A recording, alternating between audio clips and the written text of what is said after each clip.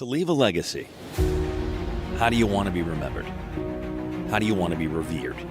The mere opportunity to do so is a privilege offered to everyone. What do you do with it is up to you. It's an endeavor that demands sacrifice, commitment, character, and oftentimes choices that force you to choose a path less traveled in order to blaze a trail never before seen on a map. In the north of Florida, on a golf course that blazed its spot on land in 1920 that was previously a swamp occupied by the modern-day dinosaurs, 96 young men and women have a legacy to leave. 3 days, 54 holes, through wind, strain, stress, and a test of yourself versus one of the hardest games on the planet. One boy and one girl will earn the title of Elite Invitational Champion for just the 6th time in history, securing a place in the annals of history and leaving a legacy for all to see. This is the final round of the 2025 Elite Invitational on Baby Grand Golf, and it starts now. 54 holes. Well, believe it or not, it is the first perfect weather day of the 2025 Elite Invitational. Hi, everybody. Nick Gismondi for Baby Grand Golf coming to you for final round coverage, and that is about to kick off in just a few moments. Glad to have you along today on a beautiful day from Ponte Vedra Inn and Club in the north of Florida. Weather is perfect right now. A little bit of cloud cover, the air a little bit thick with humidity, temperatures in the low 70s, no rain really expected till later, and believe it or not, it is also the first day where there is absolutely zero breath of wind. The 18th green, which is traditionally the 9th green, sits just behind me, and in about 4 hours from now, a champion will be crowned for the 6th annual Elite Invitational. It is a packed field on both the men's and women's side. Asterisk Tally on the women's side, one of the number one player in the world for women's juniors, is currently in the lead. They are on the golf course about a half an hour ago. On the men's side, the leading group about to go off in just about 15 minutes. Braden Forte, he's been the bell-to-bell leader, finds himself in a tie at 1 under, and a slew of other players in the mix as well. So it will be fireworks all day long, and it will culminate on that par 3 behind me. It's playing absolutely perfect today, tight on the right, and that's where that pin location is. We are so glad to have you along with us here on Baby Grand today, and we've got complete and comprehensive coverage. Rhea Scott, she'll be on course following the leading women. We'll go to her in just a few moments. And Steve Scott, he will be following the lead men's group. It is a fantastic day for golf, and we're so glad to have you here for the conclusion. My name's Nick Gismondi. We'll have coverage for you throughout as well. But right now, let's send it over to Steve Scott. He's standing by on the 1 tee.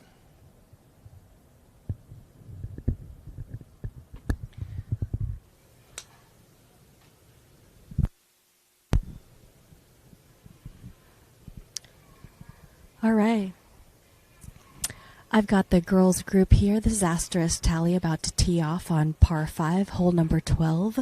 The update is that she has birdied the first 2 holes of the day.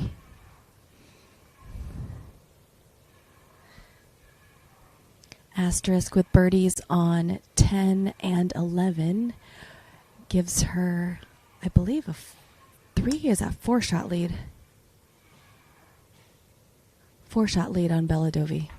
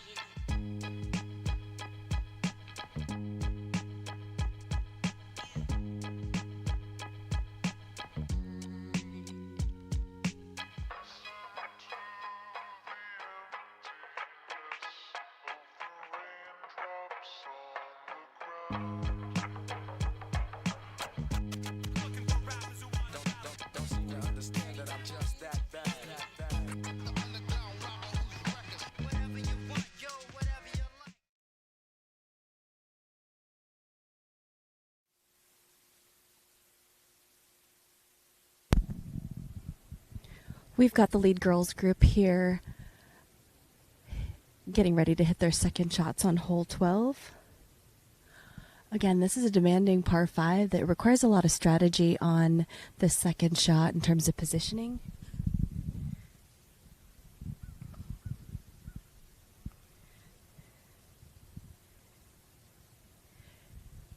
About to hit now is Steve Scott's fellow Florida Gator, Sophia Dyer.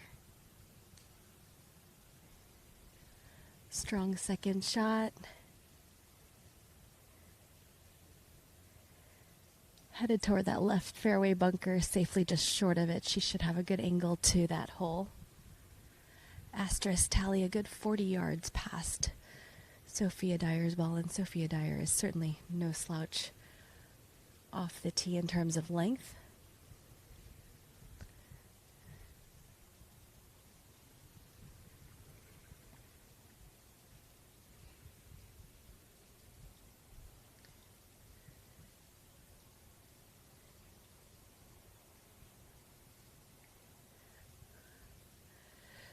Asterisk tally is in that sort of gettable range here on this par 5. But she is not waiting for this green to clear, but will be in good position just short left of this green.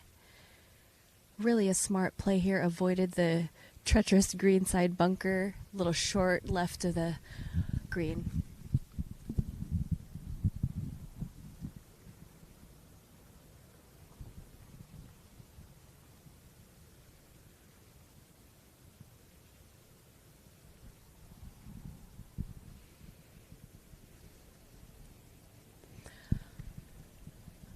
I know we didn't see Bella Dovey hit over here, but she had a little tougher position off the tee.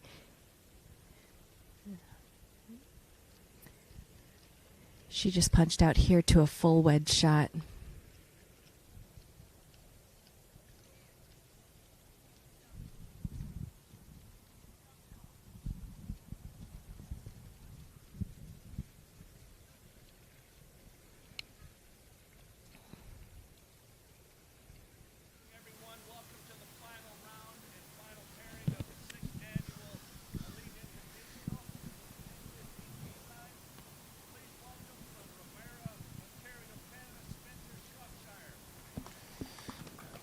All right, our last trio right here. Spencer Shropshire tied for third, one stroke behind his two fellow competitors here.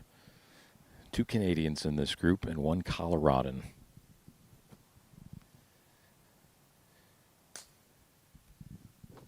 Pretty wide open tee shot, 260 yards to a fairway bunker down the left.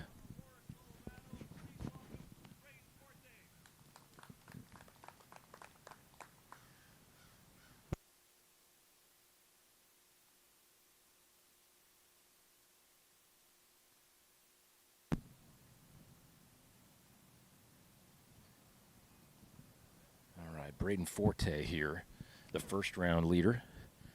Shot 68 the first round, 71.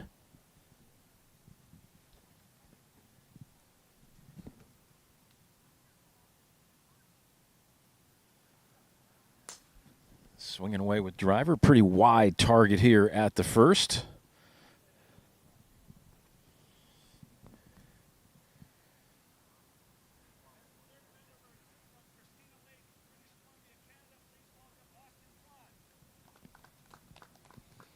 Austin Cron, 67 yesterday in this second round. And he's been on a tear this year, won 3 British Columbia provincial tournaments in a row in the month of July. He's the highest ranked player in this trio.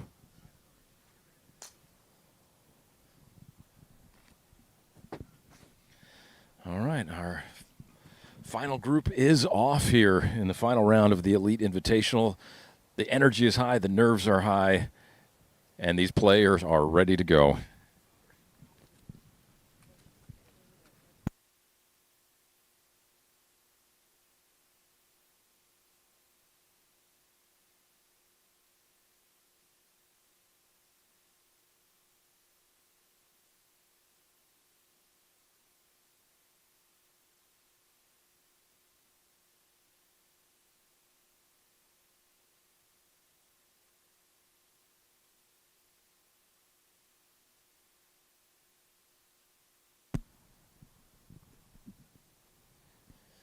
All right. Well, as these leaders head down the first hole, Braden Forte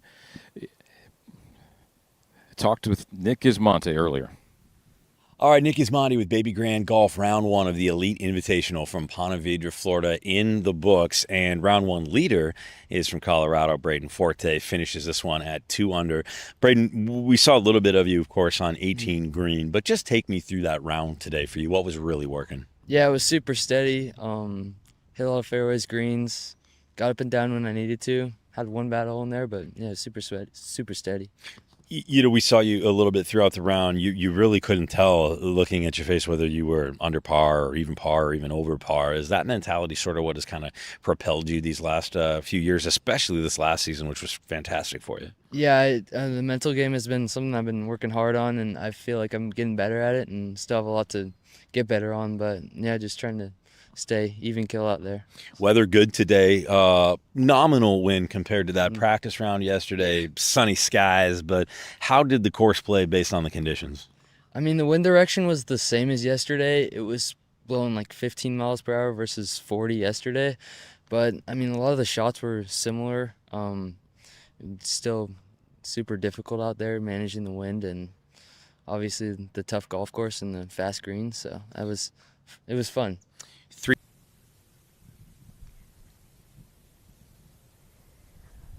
We're back here on that par 5 12th hole. Asterisk Tally, I was surprised she did not wait for the green to clear. She was about 254 yards to the hole, and I think she even surprised herself that her ball got all the way up on this green. She has gotten off to a hot start today. She birdied the first hole, about a 12-footer for birdie, made an 8-foot birdie putt on 11, and now she has this eagle putt here on 12. She is the only woman I have seen reach this green in 2 during the duration of this tournament, so this is really, really impressive. It's a tough green complex to hit, but I think this whole location being on this back left really kind of opens up the green a little bit more. You're not staring at it over on the right with that narrow section of the green, so this plays with a lot of the width of the green, being able to go for the green here on this side. Asterisk going through her process.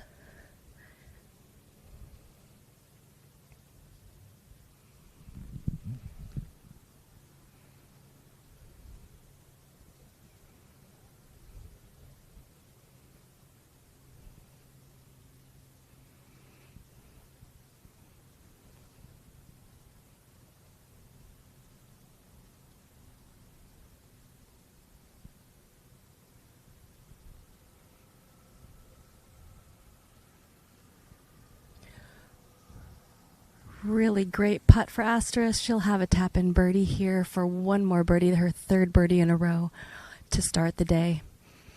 I know in our pregame show that Nick and Steve were asking if you're Asterisk, are you all gas, no brakes? And it sure seems that she's all gas this morning. Birdies on her first 3 holes. Just an incredible start for Asterisk Tally. Taking care of business, really utilizing these prime golf conditions with very little wind, softer conditions out here.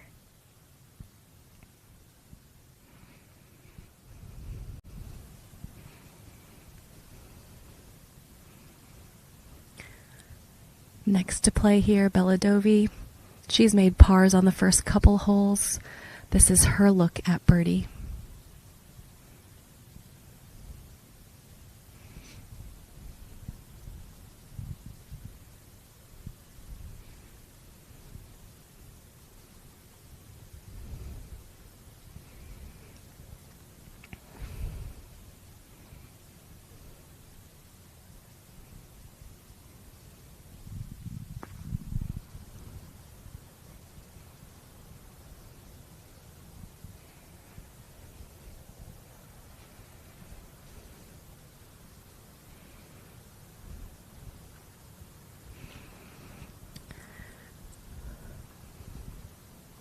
Sophia Dyer, next to play with her birdie putt.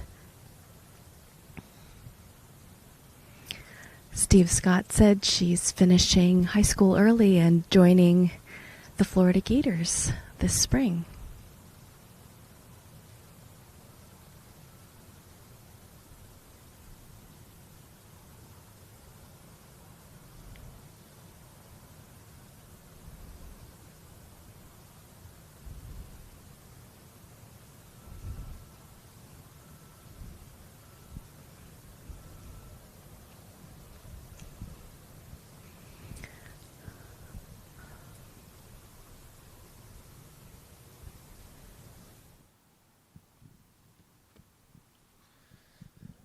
All right, the trio of our final group has made its way, hit their second shots up in here. Spencer Shropshire has hit the ball over the green in a very tricky spot to get the ball up and down. Austin Cron and Braden Forte have both hit the green. Forte hitting a tremendous shot to just about 3 feet from the hole. An early statement from our co-leader here, trying to take the outright lead possibly shortly.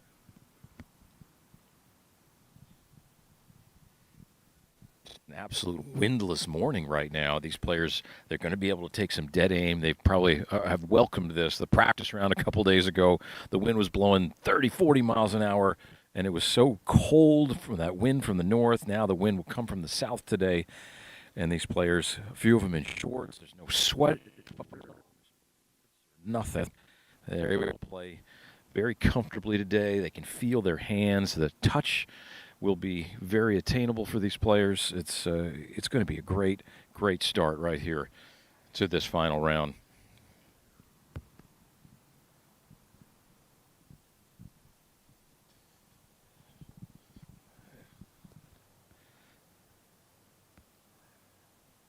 Yeah. Spencer Shropshire here just overclubbed it by a full club. He's got a tricky lie from this kind of semi-dormant Bermuda rough over the green. Ball sits about 3 feet below the surface of the green. Green runs away from him as well, but plenty of green to work with. It's going to take a deft touch to get this ball in there with a reasonable putt for par.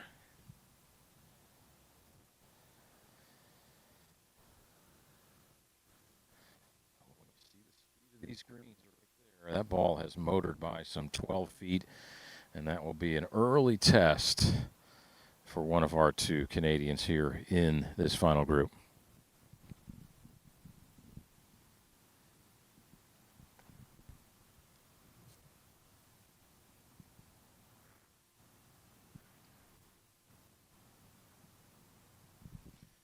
Now, Austin Cron will be next. On paper, the prohibitive favorite in this trio right here. In his last 9 events, he's had 5 victories. So he has been on a tear. Like I mentioned back in July, won 3 British Columbia provincial tournaments in a row and utilizes a very interesting putting grip you're going to see throughout today. Typically the right hand claws it, the left hand has got a claw position there as that one from about 25 feet just slips on by the left edge. But pretty easy tap in.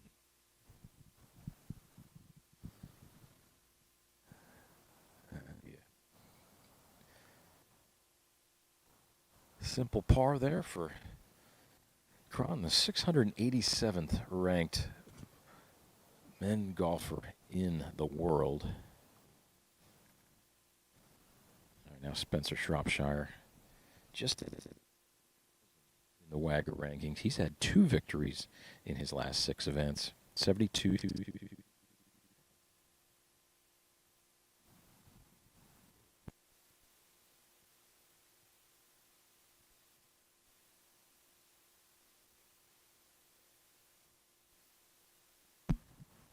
Oh, what a save that was. That was a great save from a precarious spot over the green there for Spencer Shropshire.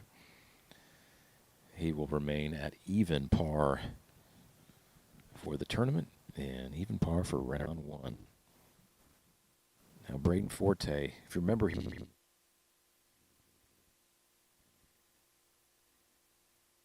very good taste in his mouth, but he has come out firing right away on this first hole. He's just got 3.5 feet straight up the hill. A complete gift right here.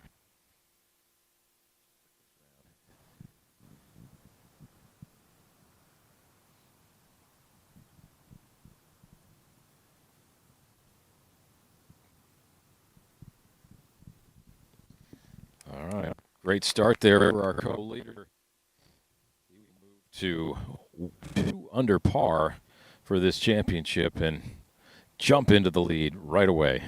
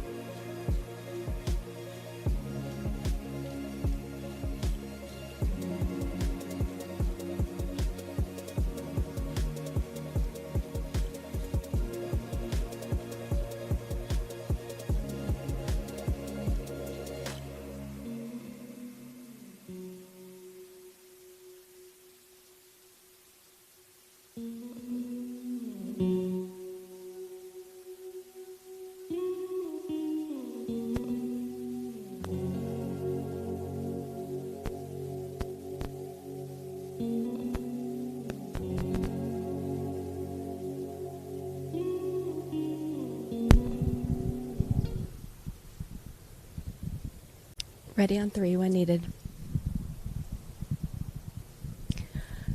We've got Allie Wertel teeing off here on 13. She's got a fairway medal in hand.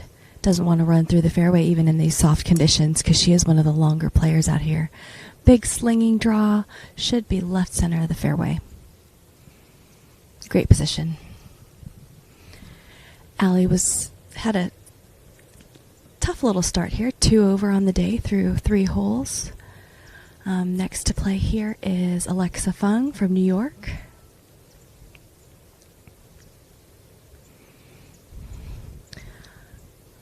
Alexa's had a nice start to her day. She's 1 under through 3.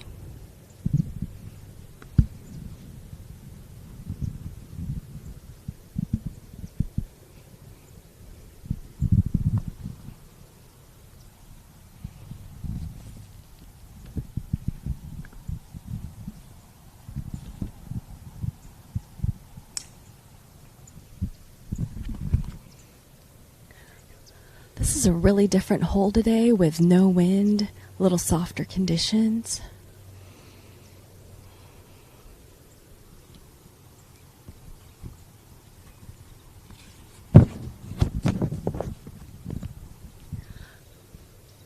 Macy Rasmussen here teeing off.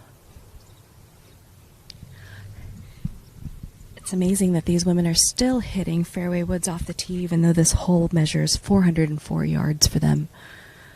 Really speaks to some smart course managing, as the fairway does kind of curve to the right and run off into some waste or fairway, not bunker, but little waste areas underneath the palm trees. Macy Rasmussen put a good swing on that. She's right center of the fairway. She should love that position there.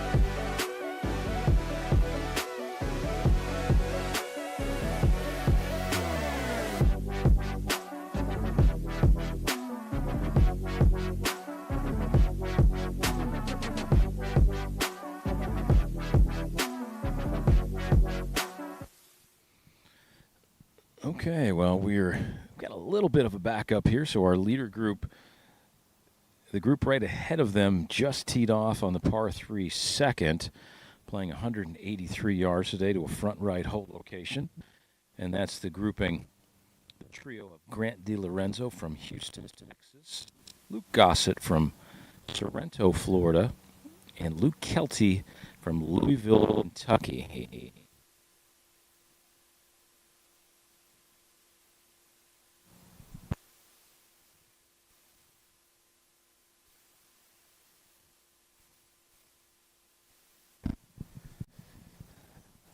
All right, well, this trio, this penultimate group here, is coming up to the second green. Group of Grant DiLorenzo from Houston, Texas, who started at 1 over par. Luke Gossett from Sorrento, Florida, who started at even par, tied for third. And Luke Kelty from Louisville, Kentucky, also started at even par. And there were a couple darts being thrown right here in this trio here. A couple great looks for birdie. The flag is laying limp. These players are already just throwing a few laser beams at the hole today here in round 3, this championship Thursday.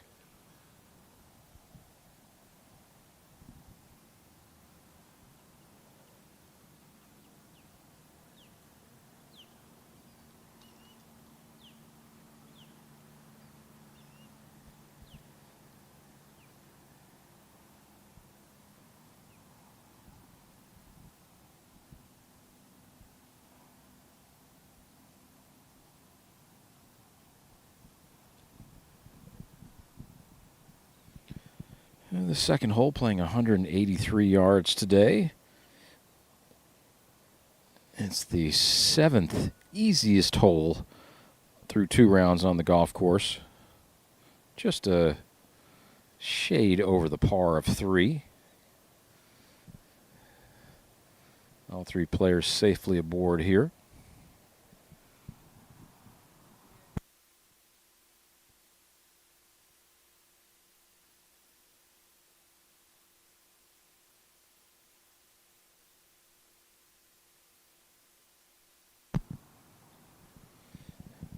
Grant DiLorenzo, he birdied the first hole, so he is 1 under par in his round, even par for the tournament, just 2 strokes behind our leader, Braden Forte. I'm smelling this is a par 70, so I'm smelling a 64 or 65. Maybe somebody comes from behind and wins this tournament, or somebody in that final group maybe shoots one of the rounds of their life. But right now, this golf course is ripe for the picking.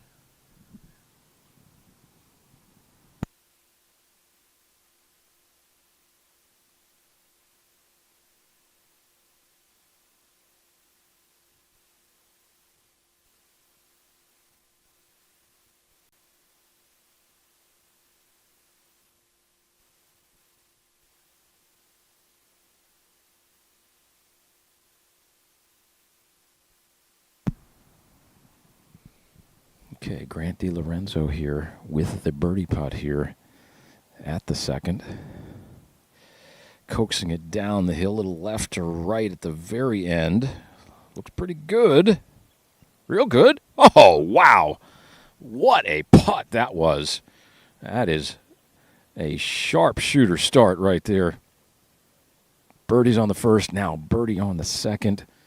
That gets Grant DiLorenzo to 1 under and just 1 back of the lead.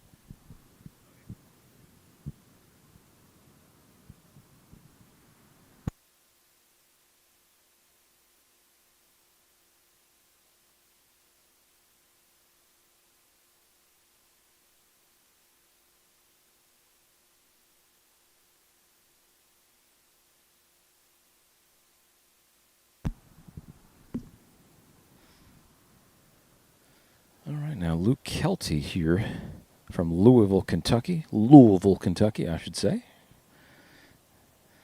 This also for birdie, only from about 5 feet.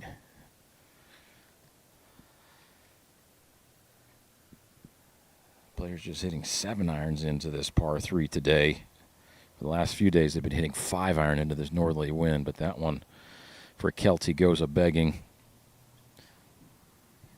And he will remain at even par for his tournament, even par today. Now Luke Gossett here from Sorrento, Florida, home state. He also made a par on the first hole after shooting 67 yesterday in the second round.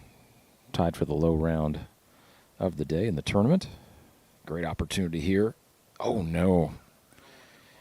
Well, that's golf right there. The player who was 35 feet away holes the birdie putt, and the two hit it inside of 10 feet don't make birdie. That is the game of golf in a nutshell right there. A couple golden opportunities missed, but 16 holes to play. Lots of opportunities, though, for these players. If they continue to do that, they're going to hole a few.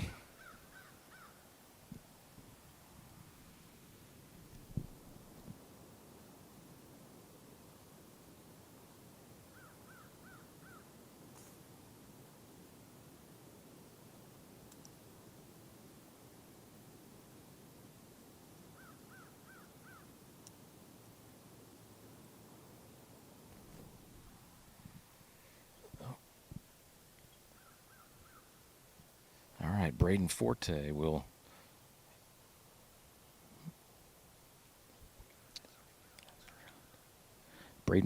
on the tee here at the par 3 second. Again, 183 yards and not a breath of wind.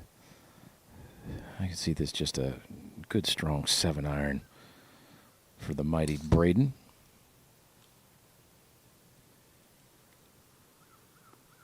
And safely left of the hole. That may just trickle off the front with the false front there, and it does. Down into a little sprinkler head or drainage area, so he'll be able to get a putter on that, though. Not much of an issue.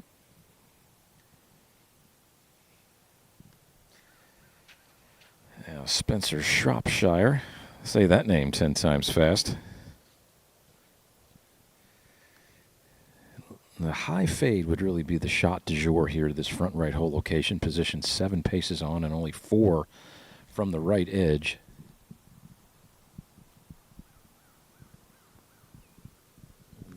That's right underneath the hole. Really nice position right there for Shropshire. About 13 to 15 feet there for his birdie. Now rounding out the trio here would be Austin Cron. Team Canada, there's 12 Canadians between the boys and girls divisions playing here this week at the Elite Invitational. Hard to play a lot in Canada these days. And this one a little bit pulled, but more towards the center of the green. That'll be about 20 feet there for Austin Cron, who is 1 stroke behind our leader, Braden Forte.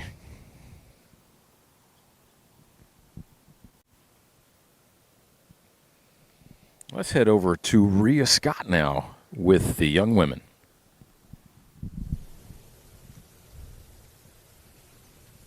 We are back with the lead girls group here. Asterisk tally on the tee at the par 4 13th, 404 yards.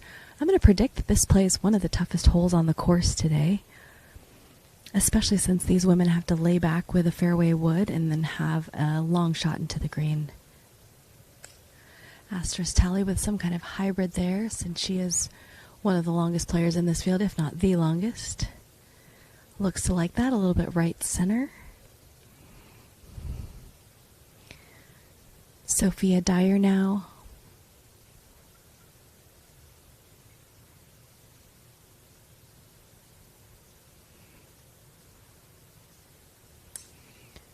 Good and decisive, no practice swing. Slinging draw to the middle of the fairway. She should like that as well.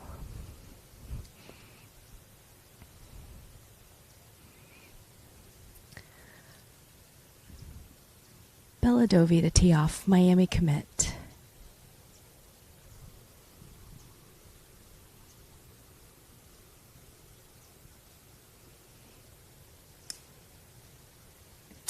Bella was aimed pretty far right there, slinging sort of draw pull, looking at it pretty closely as it might run through back in the rough there on that left side of the fairway. Again, really long hole for the women today, especially teeing off with shorter clubs. They're probably going to have at least 170 to 200 into this hole, especially with the hole location in the back.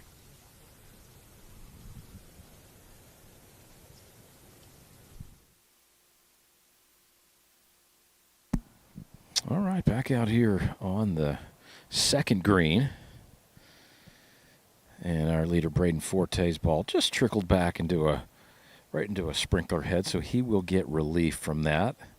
Just a few feet off the putting surface. Just going to try to figure out, you have to drop the ball in the nearest point of relief. Then you get a club length from there. Most likely be on the left side of that sprinkler head. It's going to get him pretty close to the putting surface as well, so no closer to the hole.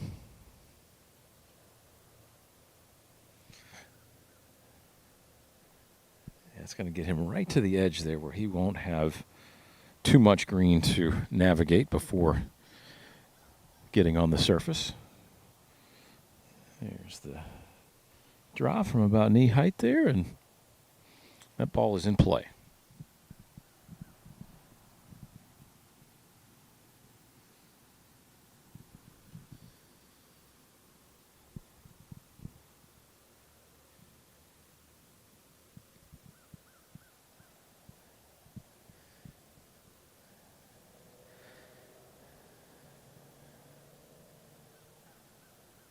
Just trying to navigate this putt here from some 45 to 50 feet. Be a little uphill at first, and then as it starts to turn to the right, it'll work its way slightly downhill. He's worked very diligently with his coach, Kelly McCandless, on reading the greens and really getting into the read. There's a whole process that he goes through. Walks all the way up, tries to get a gauge of the distance. Now this putt's got some 3 or 4 feet of break on it from left to right. He's going to take a look again. And he's taking his time right here only because the next teeing ground is only about 15 yards from the back left of this par 3, and there's a reachable par 5 that the group ahead of them is waiting to hit off the tee. So plenty of time here, not holding anything up.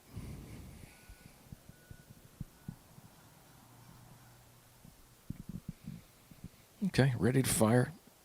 Just get into your routine, get into your distance.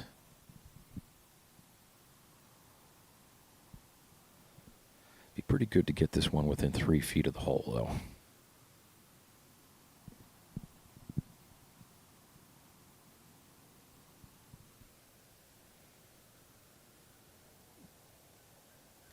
Yeah, that might be a little outside the zone of friendship there, but not a bad effort from that position that he put himself in. These greens here at the Ponte Vedra Inn and Club are very fast. Non-overseeded Bermuda this time of year can get very slippery. And that's what these players are facing here this week at the Ponte Vedra Inn and Club. Beautiful conditions. All right, now Austin Cron here, about 20 feet for his birdie two.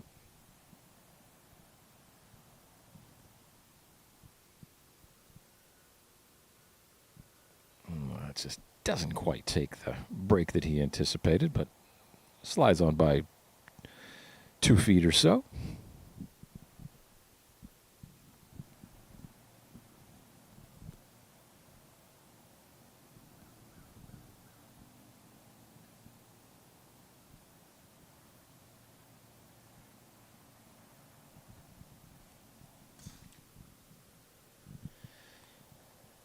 Spencer Shropshire here has parred this hole each of the first 2 rounds.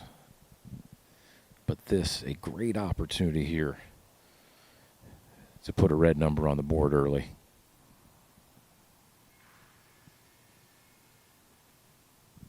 Well, and that one goes a begging there for double S.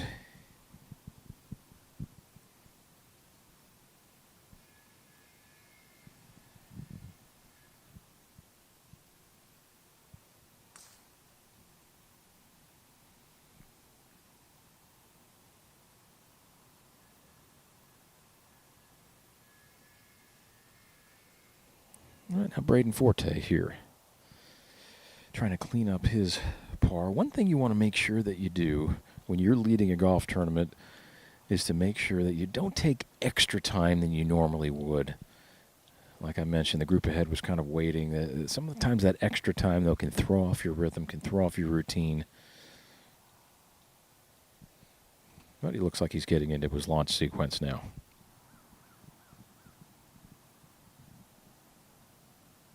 Okay, third par in 3 days. At the second for Braden Forte, he remains at 2 under par in this final round of the Elite Invitational.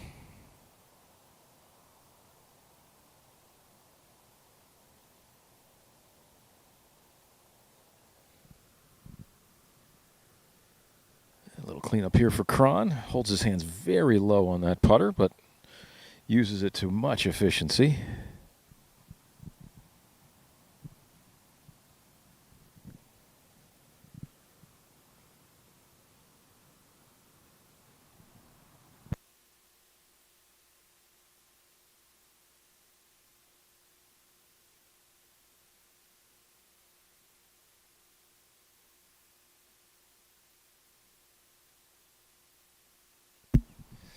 All right, as these players move their way over to the par 5 third, we're going to head over to Rhea Scott on the 13th.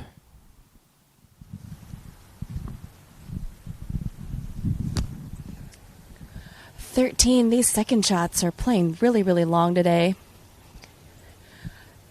That was Bella Dovey. She had about 200 yards in from that left rough. Sophia Dyer about the same distance away, about 200 yards. Again, this is probably going to play as one of the toughest holes on the golf course for these women today.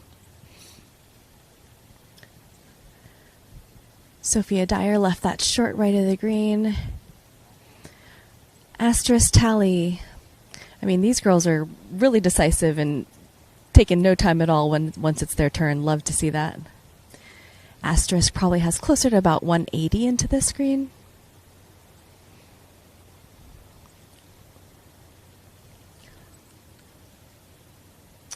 Coming right at it. Awesome shot for Asterisk Tally. Just a little bit off the green here behind the pin, but no problem at all to putt that. Asterisk Tally now has a 5-shot lead on her next competitor. She's come out hot, birdied those first 3 holes in a row. I know this shot's not on the green, but it's still a really, really good look. It's probably still inside 15, 18 feet here. It's really challenging when you have a 404-yard hole that you cannot hit driver on. So these women really managing this hole well from what I've seen. On the previous group, Macy Rasmussen rolled in a birdie here on 13, which is picking up more than a stroke on the field with how challenging this one is playing.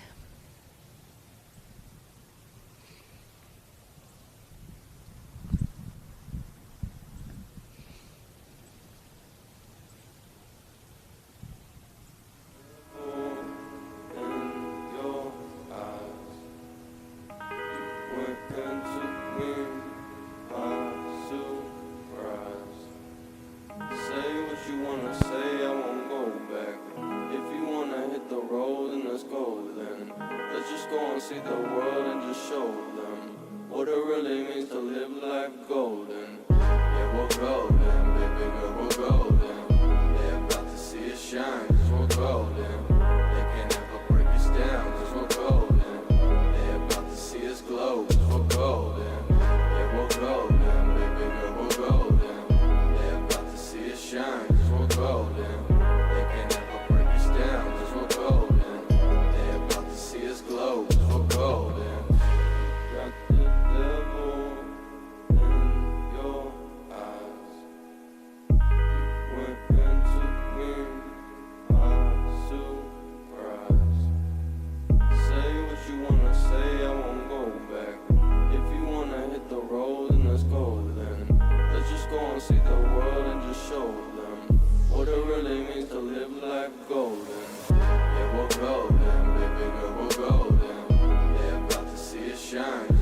golden. They can't ever break us down, cause we're golden.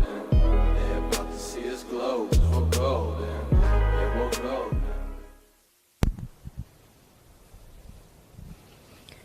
We're back here with the lead girls group, Bella Dovey and Sophia Dyer, quite short of the green. Again, they had over 200 yards out on their second shots here. I know Bella wasn't very pleased with her approach. She's left herself quite a long wedge shot in here. She probably had the toughest lie to contend with of all the players in this group. She was out in that left rough, ball probably sitting above her feet a little bit based on the way this ball came out.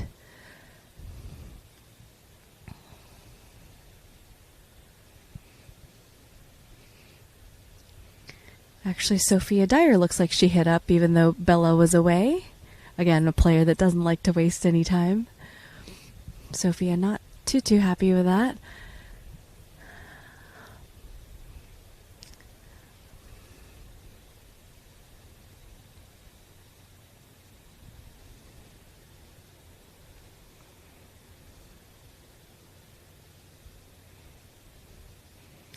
Bella's got a good 45 yards on this shot. Again, challenging hole for the women when you can't hit driver on a hole that's over 400 yards.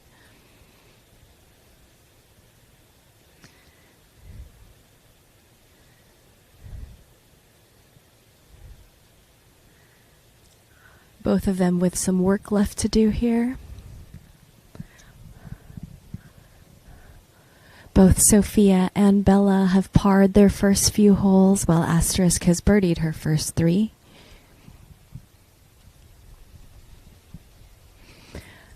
Again, Asterisk at 5 under par, while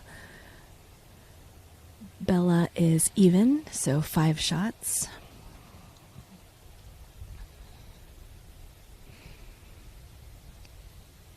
Asterisk going through her aim point process here.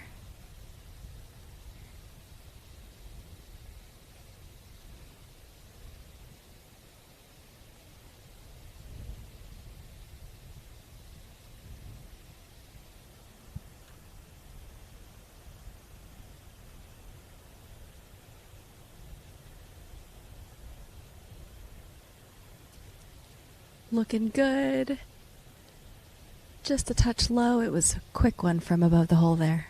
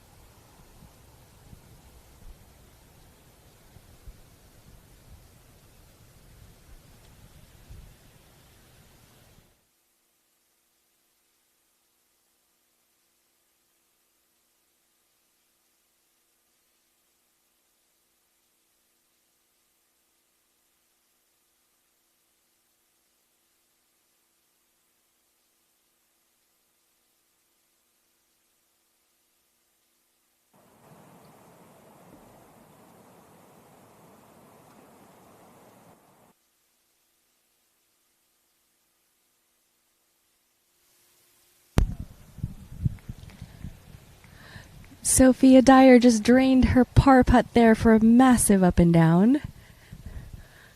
A good curling right to left putt there for par. Par is a great score on this hole.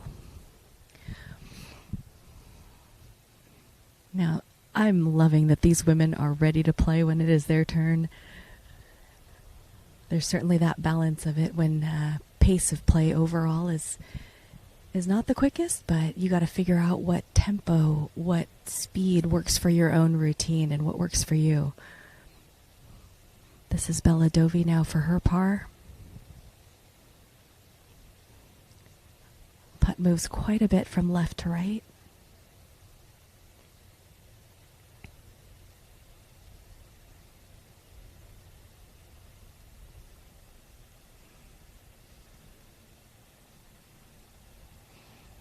Bella will drop a shot there.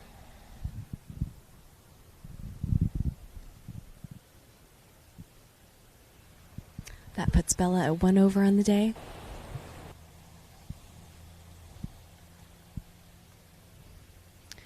And our leader, Asterisk Tally, to clean up her par here.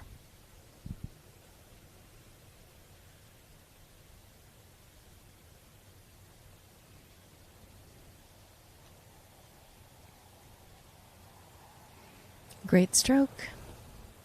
Asterisk plugging along. Again, par, a great, great score on this hole 13 here.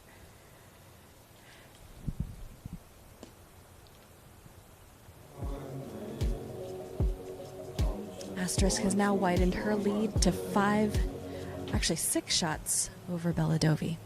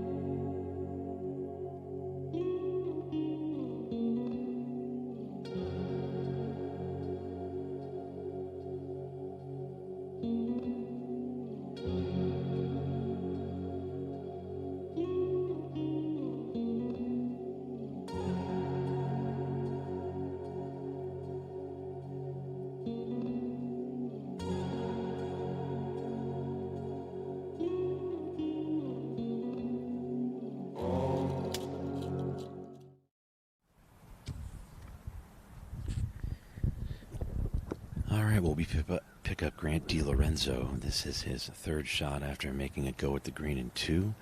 A little bit of a chip here, and this is going to run up very nicely. And a birdie opportunity for Grant DiLorenzo, who finds himself just 1 back of the lead, off to a hot start, playing in the group just in front of Braden Forte. And this pin position today sits right on a very interesting ridge. Everything front, left, and back falls off here. So DiLorenzo has put himself in a real good position. Luke Kelty's third. That'll snuggle up right up against DiLorenzo's golf ball. You don't see that too often.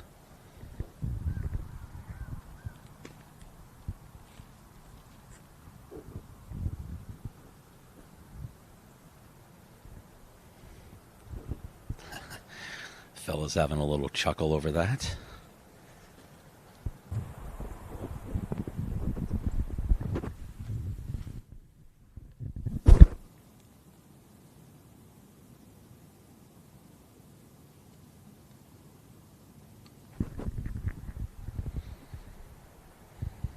This is Luke Gossett.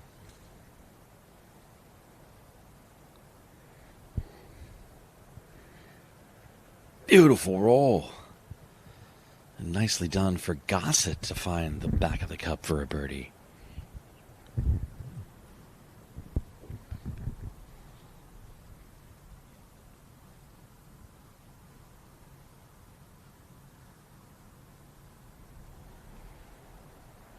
That will move Gossett to 1 under.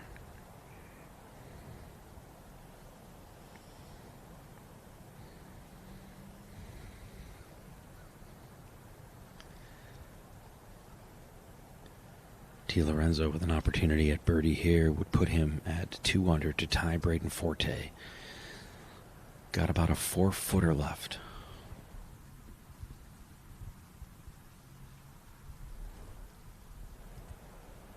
Because of that beautiful chip shot from that far left side of the green, he doesn't have to do too much with it. It won't move very much. It's just all about the pace, slightly uphill.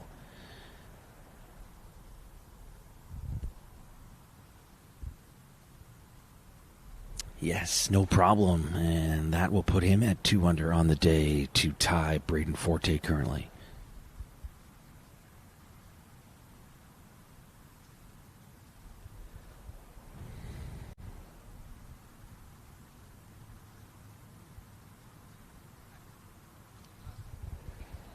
Luke Kelty out of Louisville, Kentucky has this for birdie to go to 1 under and 1 back of the lead.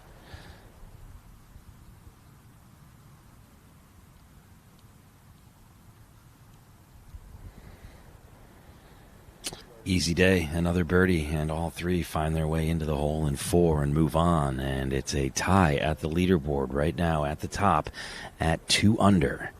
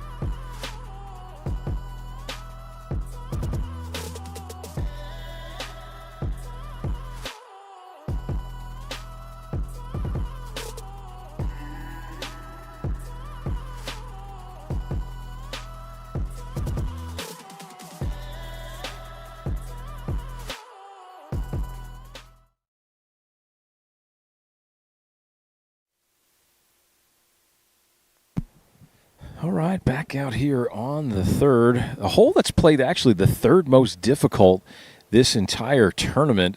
However, today the wind is not in the gale force in the player's face, so playing slightly easier, at least for a couple of them. Austin Cron actually in the red shirt in the middle, he had to lay up, but he hit his tee shot into the penalty area down the left.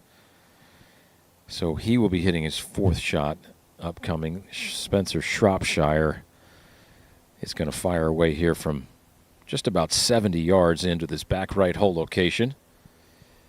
And that's nicely done right there. He'll have about 8 feet remaining. Austin Cron a little inside of that. Braden Forte actually dropped something all the way in the back. He had to run about 150 yards all the way back. Now Cron will hit a low crowd-pleasing spinner there, but that pulls up about 15 feet short. And that will be for a par for Cron.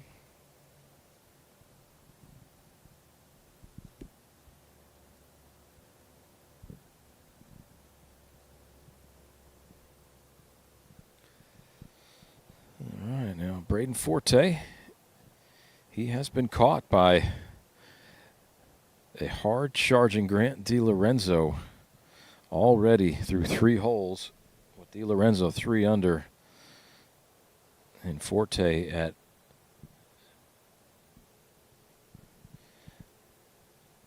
excuse me, 3 under par for the day for DiLorenzo. He's 2 under for this tournament.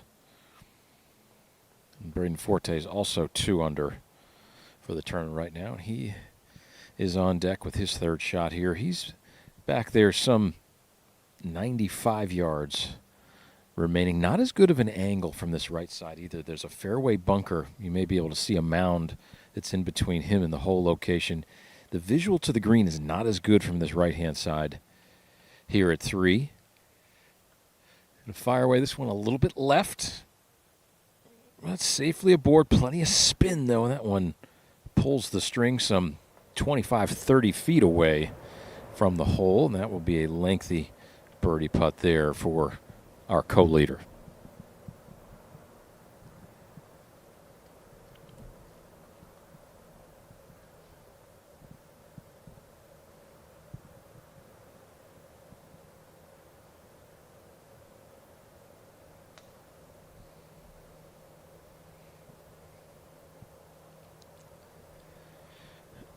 All right, let's head up 1 hole from where I am sitting right now to the par 3 4th with Nick.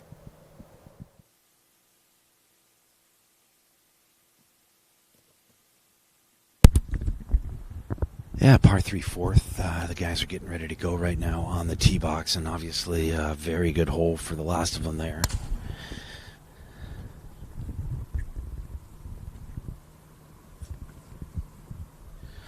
Luke Gossett will be the first to hit. Normally this hole plays a little bit tougher, but with no wind, it's bombs away. You want to kind of aim for the right quadrant of this green, especially where this pin is back today in a relatively flat area. But if you're not familiar, the front of this can get a little bit tricky, a lot of undulation, and that pin sort of sits in a little bit of a ravine, and if you go long on this one, you're in a lot of trouble. You don't want that chip coming back.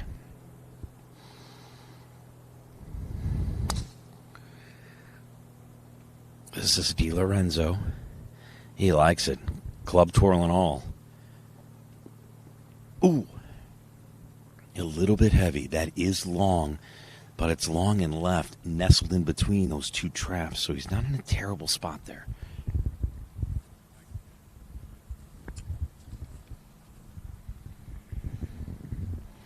This hole playing about 178 yards for the boys today.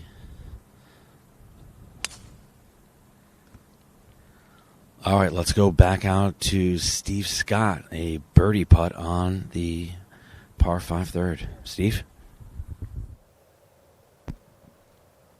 All right, we are here. Braden Forte has got a look for his birdie 4 here. Going to work up the hill, a little left to right here for Forte. Before that 3rd shot there,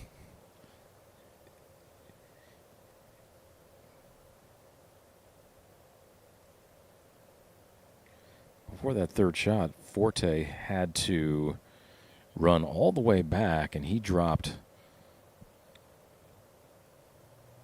a towel, and he had to go all the way back and pick it up. So that maybe threw off his rhythm a little bit.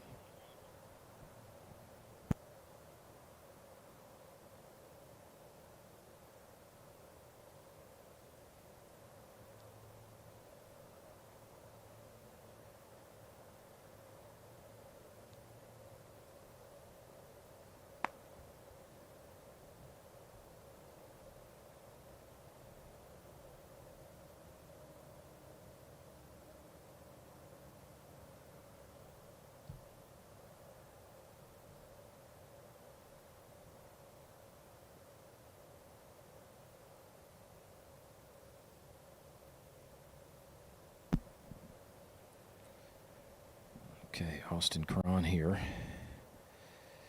with that reverse claw going. Oh, wow. And that one looked really good. Kind of shows you that putting, there's so many ways to putt. So many grips. Kind of puts that handle of that putter very low. That one just slides on by. Good effort, though, for Cron. But that most likely will be a bogey. 6 here after hitting his tee shot into the penalty area.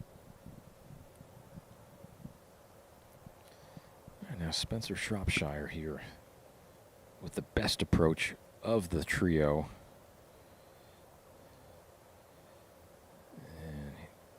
And this would get him 1 back of the lead. Currently sits at even par.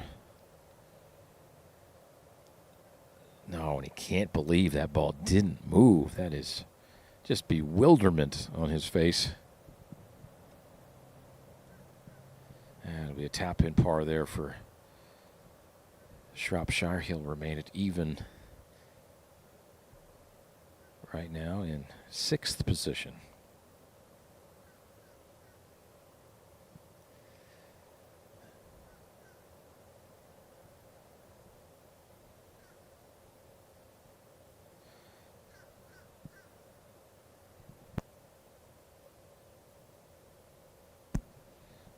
Forte here. Do not want to drop a shot. Do not want to make a 6 on a par 5. That's not playing too difficult today. Just inside left from about 5 feet. Ooh, and he's come up and out of that one, and that one's not dead yet.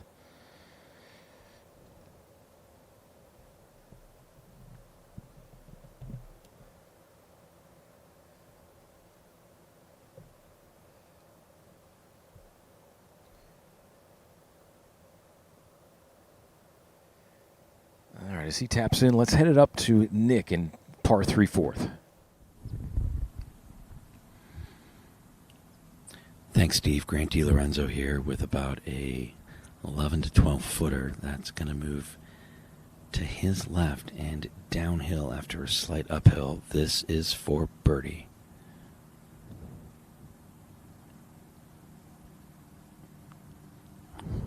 Oh!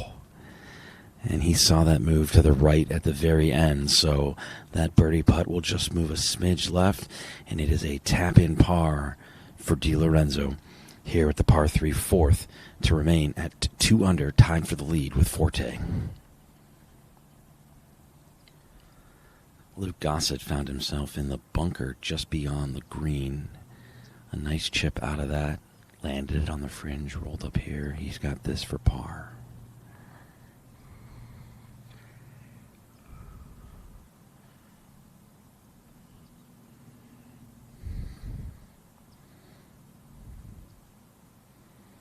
And that'll just die a little bit at the hole, so just a smidge left here for Gossett.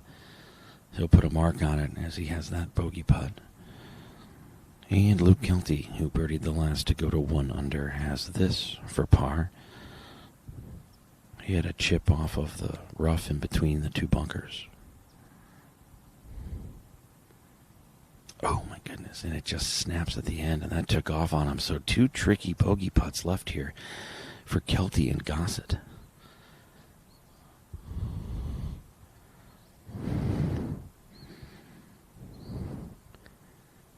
Kelty will be away. Gossett will get a read.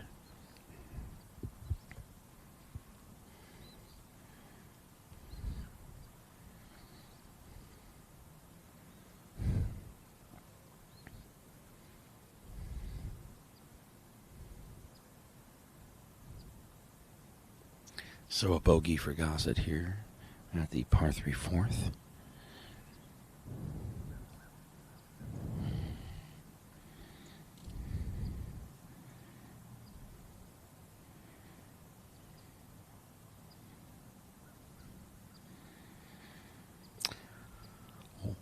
One par and 2 bogeys at number 4, and it is still Grant DiLorenzo who finds a way to stay in the mix at 2 under.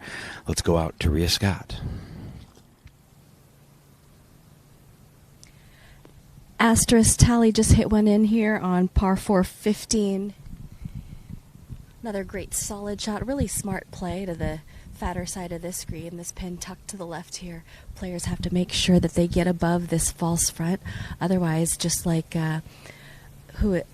Sophia Dyer's ball just kind of rolled back down that false front. Asterisk has narrowed her lead a little bit following a bogey on the previous hole where she missed the green to the left on the par 3, so she gave up a shot there. She's still remains the only player under par on the girls' side. She's at 4 under par. Sophia Dyer made a huge birdie putt on the last hole to put her at even par, and now she's in second place.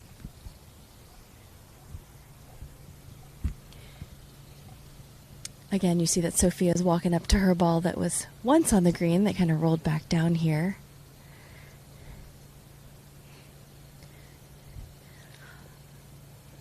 I'm looking at this shot right here and thinking to myself, I would have putter in hand, but Sophia's comfort in this grass in Florida, this Bermuda grass, I think made this wedge an easy decision for her.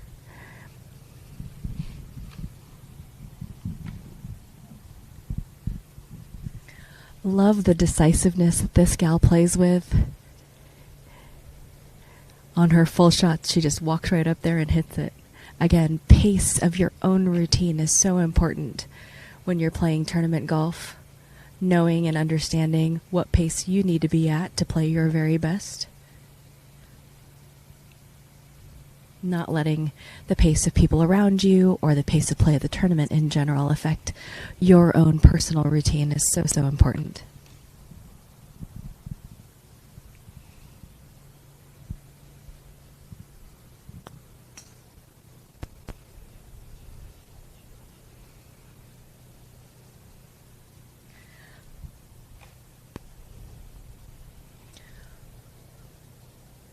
Again, this hole was playing about 384 today.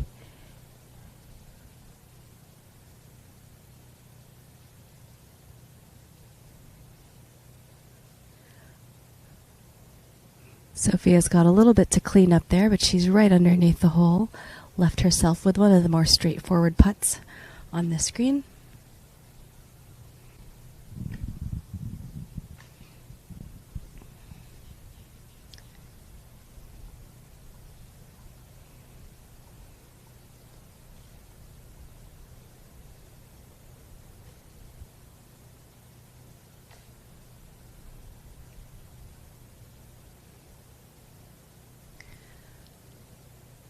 Bella Dovey here for her birdie.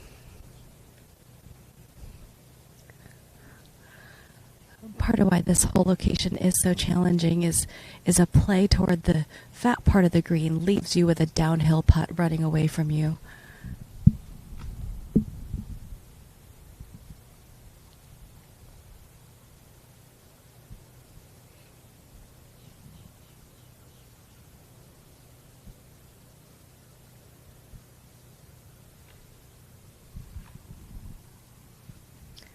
Pretty good speed from Bella.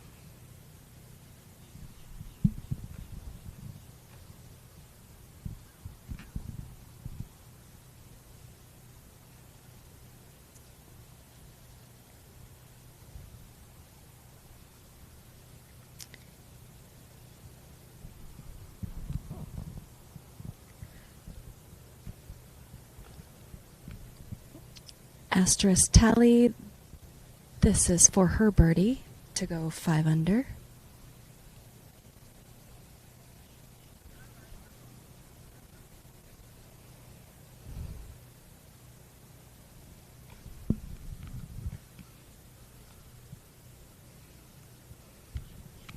Players being really careful on this whole location.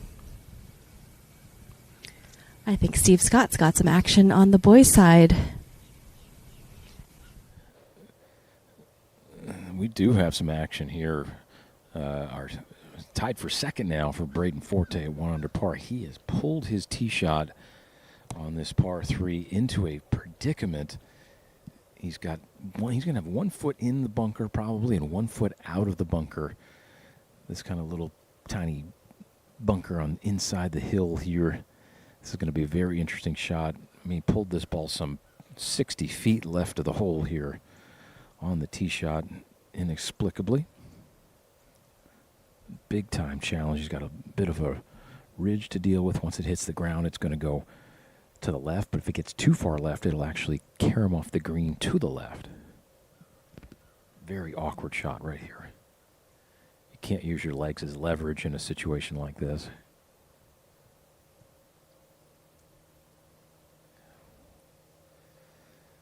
Yeah, there was a lot of sand right there, and that was just a very awkward position.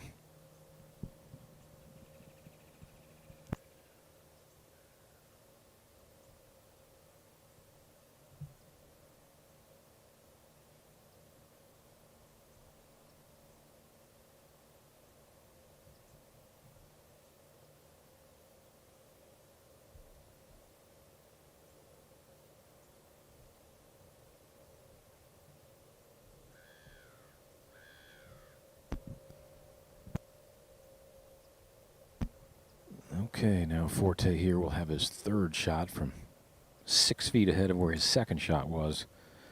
Just a very awkward position. And this chip is no bargain either. The green runs away. If this ball gets past the hole a few feet, it could run 6, 8, 10 feet past. This is a very challenging spot. This is not the position to be chipping from.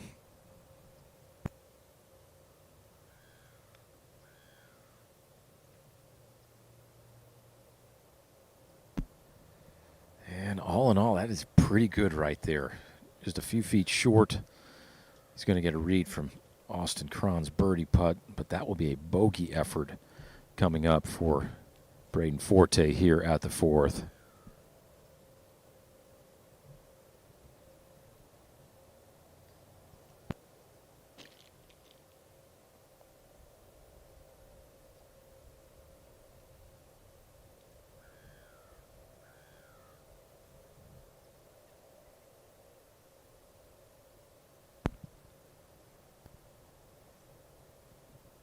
All right, now Spencer Shropshire here will have a birdie look. Some 25 feet. A few different breaks on this one. This is not an easy putt to hole. It should break back to the right at the very end, but pretty good for pace, though. Really hard to get the right line on that putt. This is a very tricky hole location here at the fourth.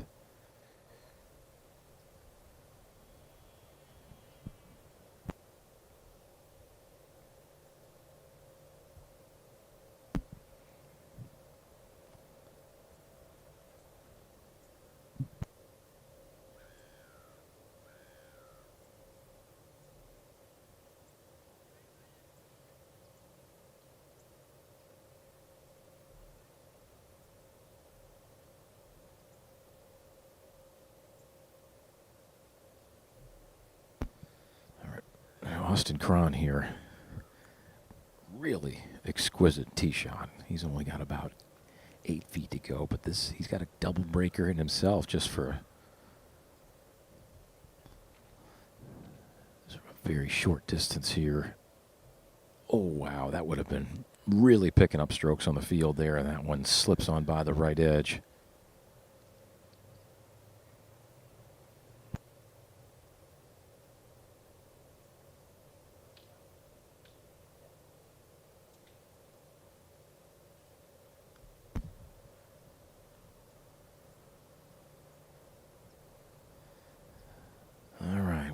Unfortunate miss there from Austin Cron after a wonderful tee shot. Now Braden Forte, at least he got a read on that putt. This is a very, very tricky putt right here, though. Tournament organizer and founder Mason Carmel. He's put a couple juicy hole locations. This is definitely one of them here on the fourth, just right near a back little slope here. This is a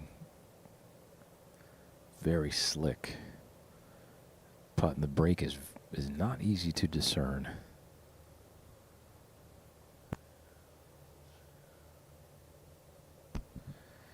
And all in all, that's pretty well done. He really kept his head in the game there. That is if there's a good bogey, that is it. Yes, it's 3 pulls, though, on some approaches for Braden Forte, so he's going to have to rectify that coming up, getting off to the reachable par 5 fifth. Now, Spencer Shropshire here with just a little cleanup.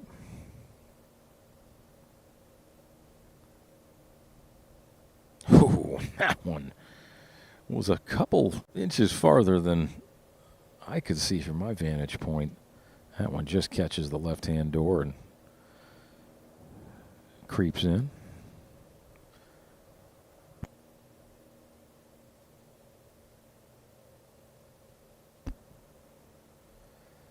And Spencer Shropshire there with some cleanup. And these players will make the short 12 to 15 yard walk over to the 5th tee here. A very reachable par 5 that's played the easiest hole of this championship. A great opportunity to come back and rectify some of the wrongs early in this round.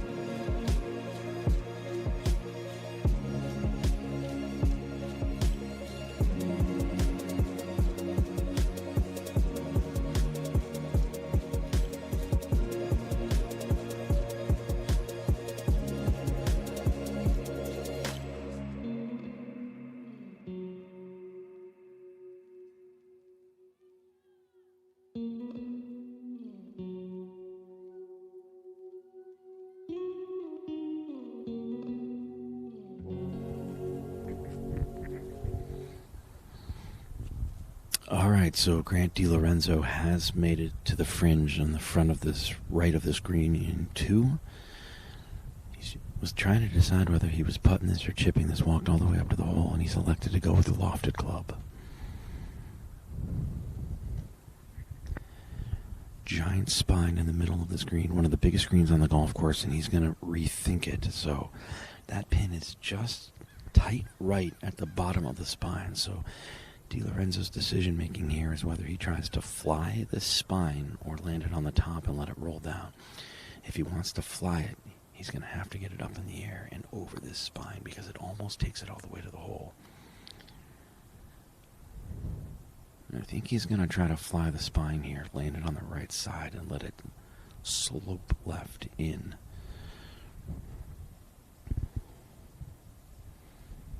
He had a beautiful drive on this hole. He was an easy 100 yards past Kelty and Gossett. That's about where he's trying to land it, right where he stopped walking, and it's just left of the ball mark of Gossett.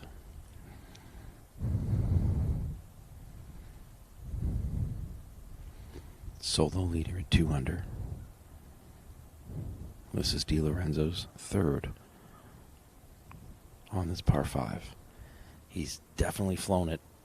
Look at the spin, and he turns it in. That is absolutely a spectacular shot from DiLorenzo. About 1.5 feet left for birdie to go to 3 under and take a 2-shot lead. An incredible chip here on number 5.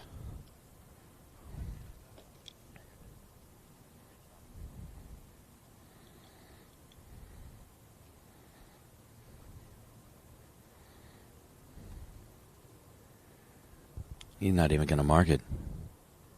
How about that for swagger?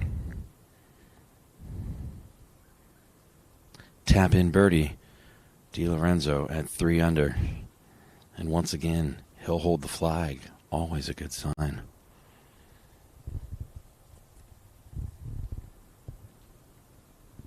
Gossett on in 3 has this for birdie. It's going to move from left to right, uphill, about 30 foot here.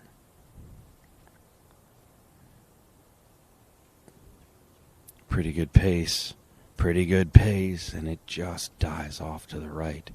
It'll be a tap-in par for Gossett.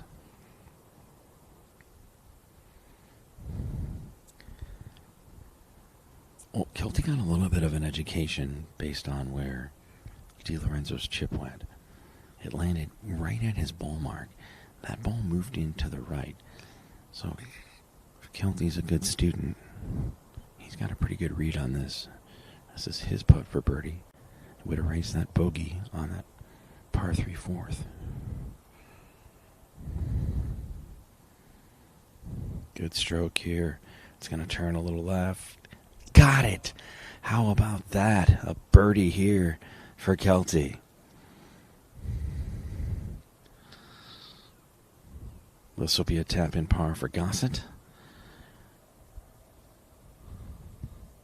But the story remains right now on the boys' side. DiLorenzo with a birdie to put him at 3 under and 2 ahead of Braden Forte. Let's go over and check in on the girls now. Rhea Scott is on 16. The girls are on their second shot here on 16. This is Sophia Dyer now hitting her second.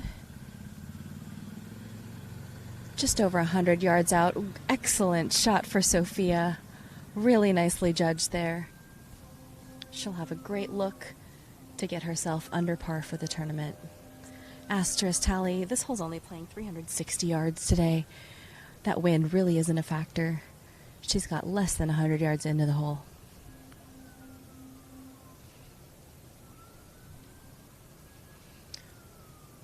When Asterisk has a wedge in hand, you can expect to see a dart thrown, and that is exactly what she did there. 2 great looks at this hole. Really, actually a very tricky hole location because there's a ridge that is just over this hole and it slopes away from you, but these gals just managed it really, really well.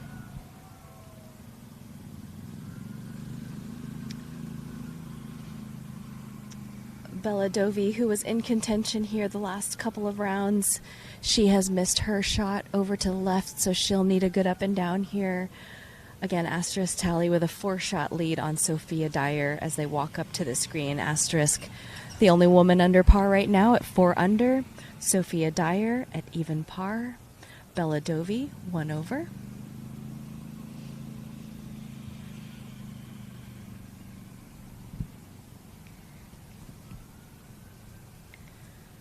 Sophia's dad told me that this is her final junior golf tournament before heading to the University of Florida in January. So, pretty special place to end her tournament and her junior golf career. He actually showed me a photo of Sophia and Bella playing in their first junior golf tournament. So he said it was pretty special that she gets to play in her first and her last here with Bella. So it sounds like they're good friends from the Florida junior golf circuit. I think that's one of the things that I love about golf is that you do have space within the sport to have the camaraderie while you're playing.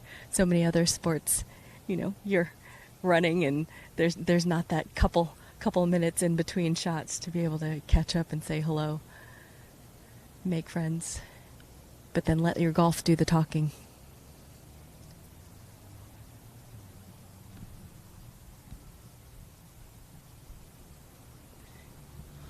We've got Bella Dovey now trying to get up and down here from the bunker.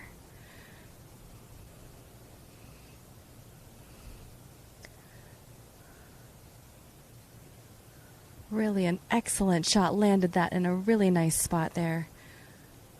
But still ran away from her. That just speaks to how sloped everything is coming off of that bunker. And it's just not great when you short side yourself.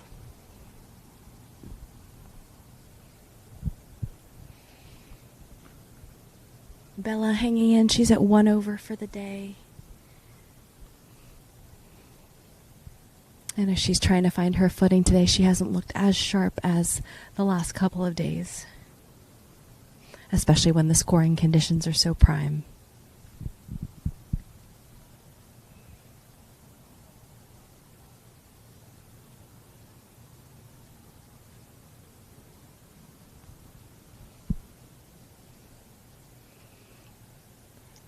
Asterisk Tally, first to putt here. Again, really disciplined about her pre-shot and aim point process. Interesting to see which players use their opposite arm to calibrate their arm bend, and that's kind of what Asterisk does when she lifts up her left arm and measures her right arm up against it. She makes sure she has the right amount of arm bend for that break. Drops in another one, another birdie to go 3 under on the day.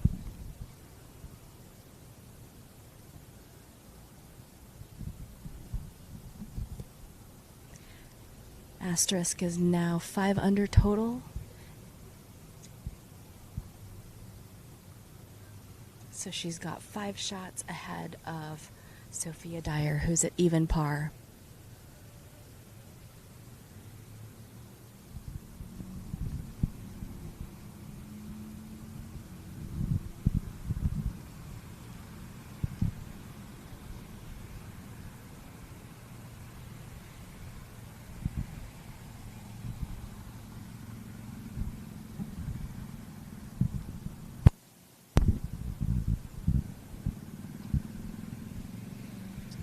Bella Dovey here looking to get up and down.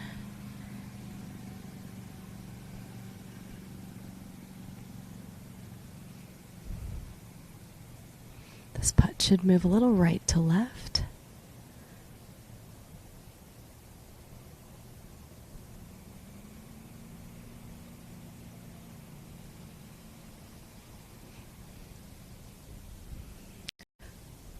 Bella will drop another one, but still should stay in 3rd place on her own.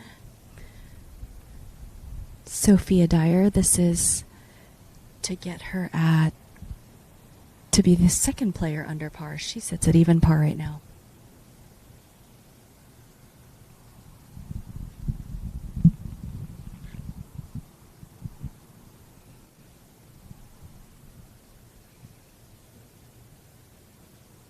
Sophia almost walked it in. We will head to hole 5 with Steve Scott to check on the boys.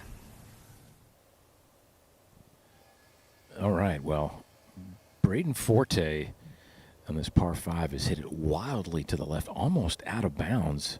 You can see the boundary stakes right near him. He's got some 60 yards. This is a very challenging shot. The back right of this green falls away from the players. He's not going to be able to spin this at all. Oh, no. And he's overcompensated for how much that ball would release. And that's going to be a challenging 4th there for Braden Forte here, who is reeling a bit here early in this final round. Needs to put the tourniquet on very quickly.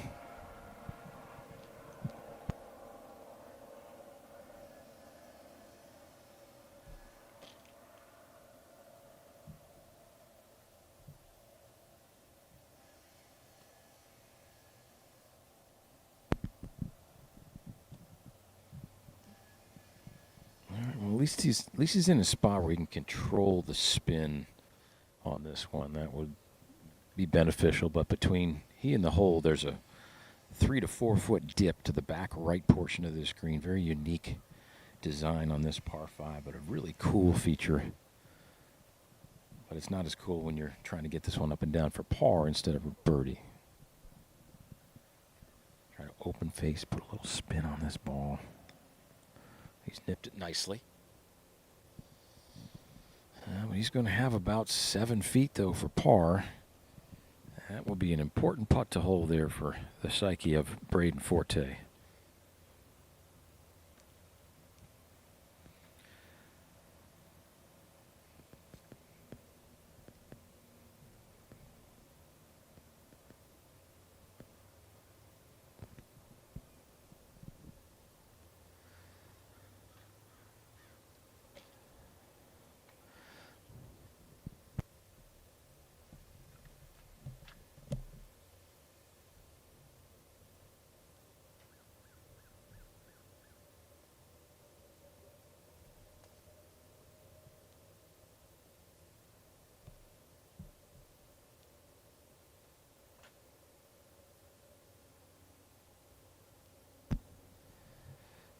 Okay, well, Spencer Shropshire, he hit a very nice pitch from the front portion of this green from about 45 yards.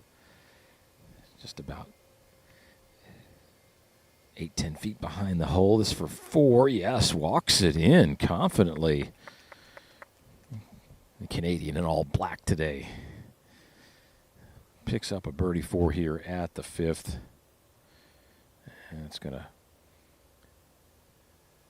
push him up to 1 behind our leader.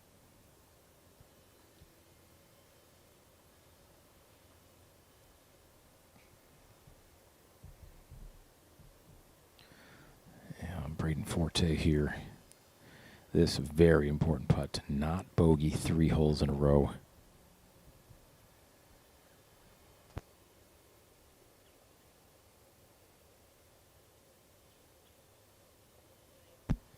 And that a very important save there for Braden Forte. One more putt to go here for Austin Cron. He had a very nice pitch shot from the front edge of this green. Zipped it in there to about 4 feet. And you'll get a really good look at this putting action right here. He holds the handle very low, cross-handed claw. He's got working here. Oh, and that one toilet bowls in for the birdie 4 here for Austin Cron. Let's kick it up to Nick, a hole ahead at the 6th. Thanks, Steve. Par 4-6, 417-yarder here, and DiLorenzo has absolutely smashed his drive about 330 yards. He's got about 137 left, but this green has a lot of subtle slope. This is DiLorenzo's second from 136.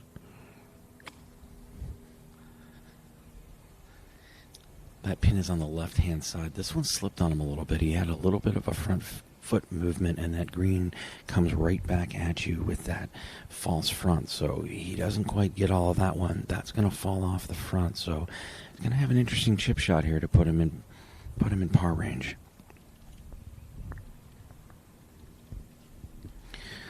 This green has been a field beater all tournament long.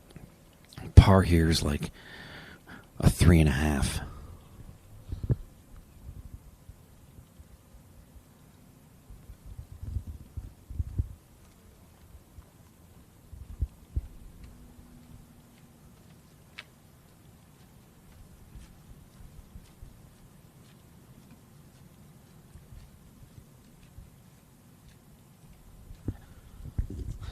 All right, and as DiLorenzo makes his way up to the green, let's check in with Jack Carter and what's in the bag that we shot on a very cold practice round day earlier this week.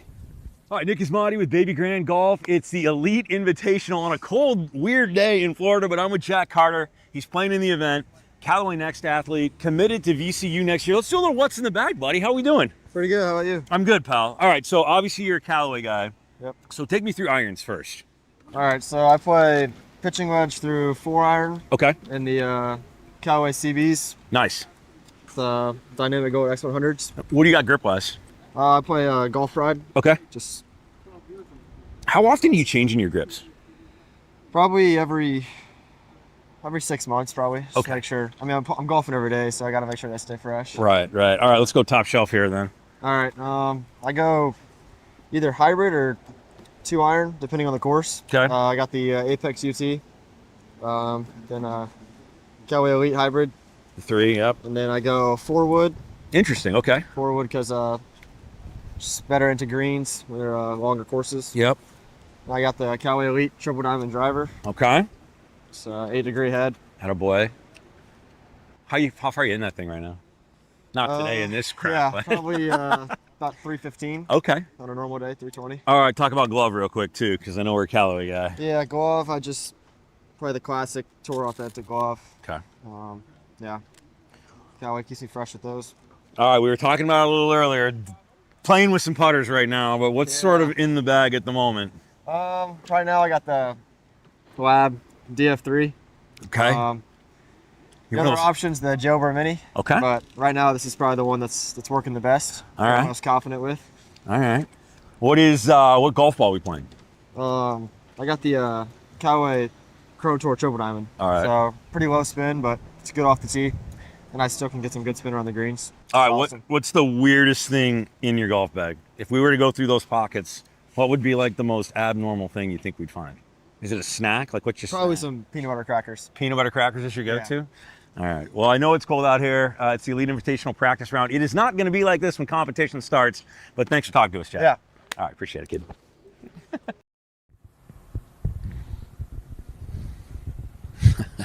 Jack Carter, one of the great young junior golfers that I've had the privilege of watching grow up. He's a Colorado kid who is now in Baton Rouge, Louisiana, committed to play golf at VCU next year, and always fun seeing Jack and getting a chance to talk with him, and first time since I've known him to have an opportunity to have a little bit of fun with him on the golf course too. All right, we pick up coverage here at the par 4 6th. You're taking a look at Di Lorenzo. I mentioned that he had come up short. You see the slope on this green from this angle here and that false front. So funnels down into that little catch-all area. This pin position today is on the far left-hand side, and it really is in a little bit of a bowl that funnels everything towards it. It's a difficult chip here for Di Lorenzo, but he's had incredible hands, and he's got a lot of swagger right now as he's 4 under on the day. Little punchy chip, tries to keep this one low, and it's got to slow down. It might come back down off of this hill. That's got to stop. It might have just slid a little off the backside. That could be just up against the fringe on the collar there. So a difficult par putt here for Di Lorenzo. Luke Gossett, a similar chip. Absolutely perfect. That's what Di Lorenzo was trying to do. So the only 2 mistakes we've seen him make so far was that shot that came up short in the fairway just now, and then that chip that got a little aggressive.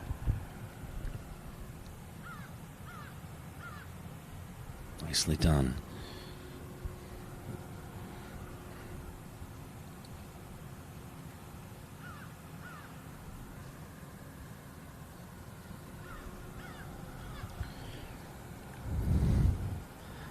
Luke Gossett has this for a birdie attempt that will just slide away. So a tap-in par for Gossett. He will remain at 1 under. Luke Kelty, also at 1 under, has a tap-in for par.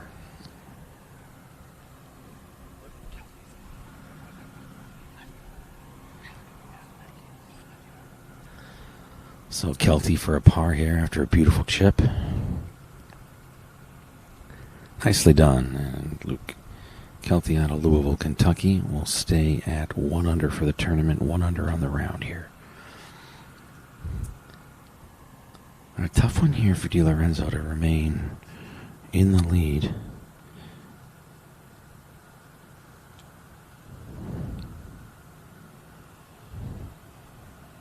Currently at 2 under, and this one has just missed and left himself a little bit more for bogey.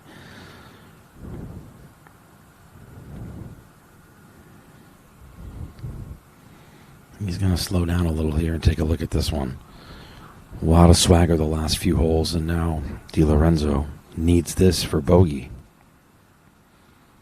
A little bit of movement left in this putt.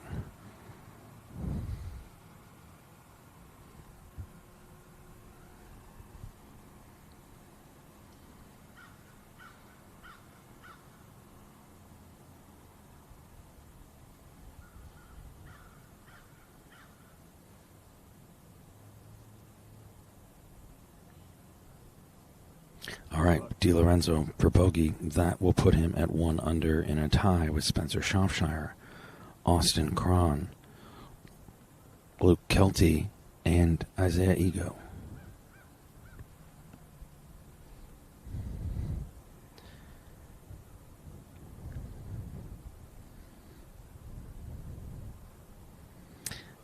Gossett finds the back of the cup to par, and they will move on to the 7th. Let's head out to Rhea Scott and the leaders in the girls group.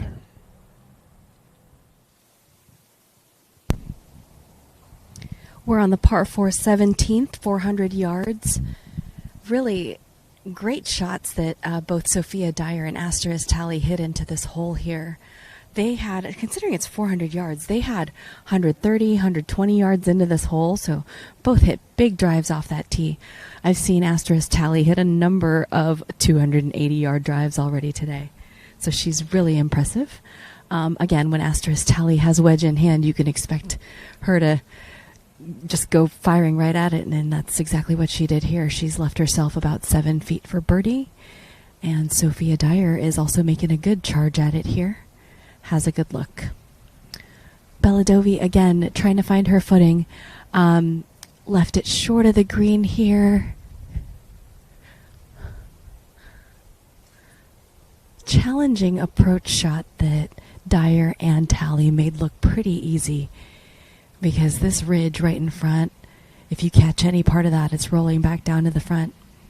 It's kind of what happened with Bella's shot.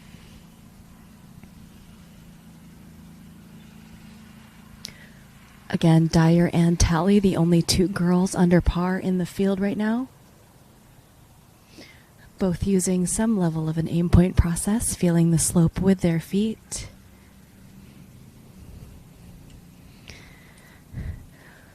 But right now it looks like Bella Dovi changed her mind and grabbed wedge instead of that putter that she had initially.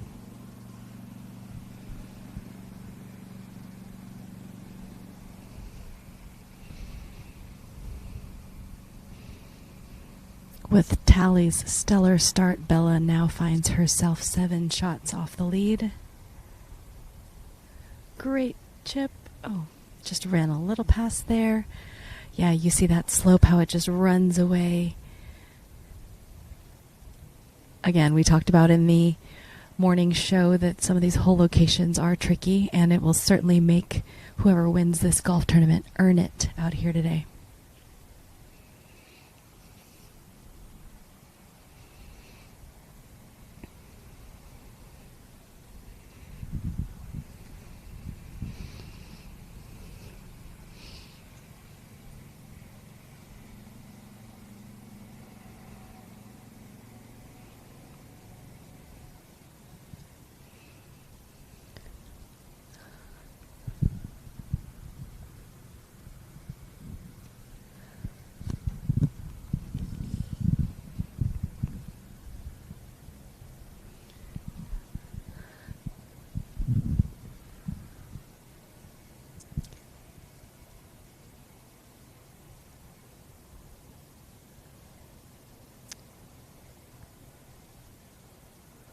Sophia Dyer, this should go left to right.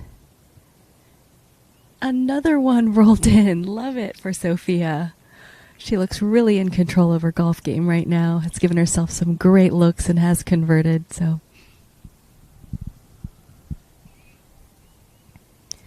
She looks really comfortable in this spot. Playing her own game. Yes, they're chasing Asteris Talley, that's for sure, but she's playing her own game, and I think that's why she's seeing success today. So that puts Sophia at 2 under par. This is Bella now to clean up her par on this hole. Bella Dovi.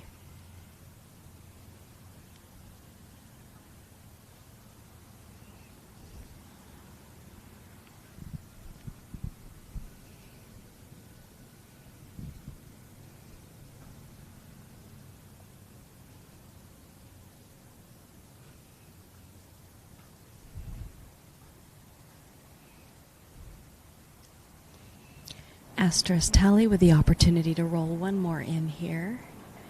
This is to go 4 under on the day and 6 under total.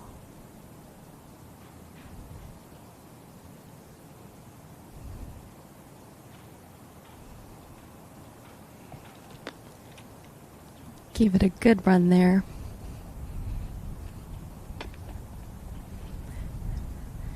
And let's check out what's happening with Steve Scott on hole 6 with the boys. Austin Cron here has got a long, difficult bunker shot all the way across the green, up the slope. That ball is going to probably trickle back a little. Now it's going to stay. He's going to have 25 feet for a par right there.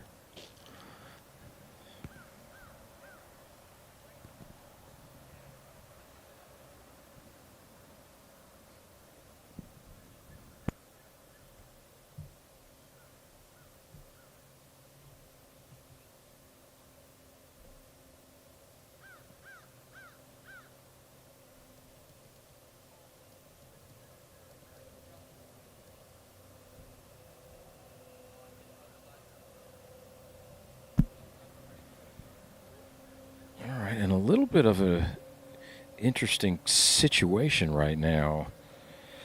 Braden Forte hit his tee shot. He had the case of the pull so far early, and there's out of bounds left, and he hit his tee shot out of bounds. So he is going to be lying 4 right now, playing his 5th. So he'll have to get this up and down for double bogey. Putting a lot of stress on his game right now. This is a tough pill to swallow right now. Spencer Shropshire has got a birdie putt from about 12 feet behind the hole, so he's in the best position of the trio here at the 6th.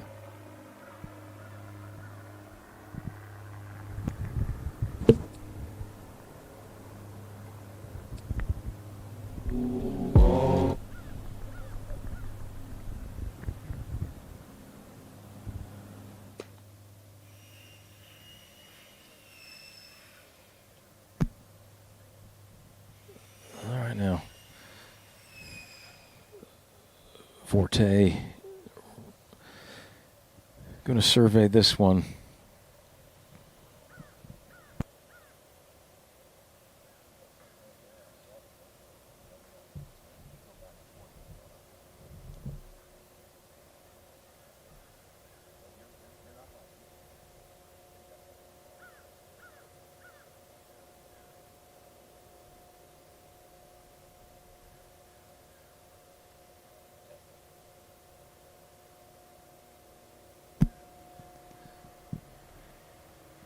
All right, this one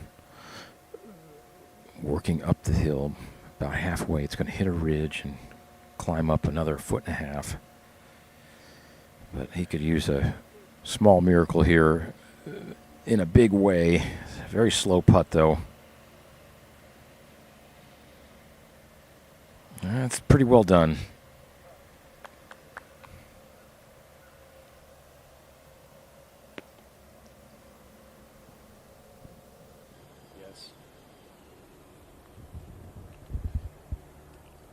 Birdie punt for Kelty, and he's made it a beautiful tee shot, and he finds the back of the cup.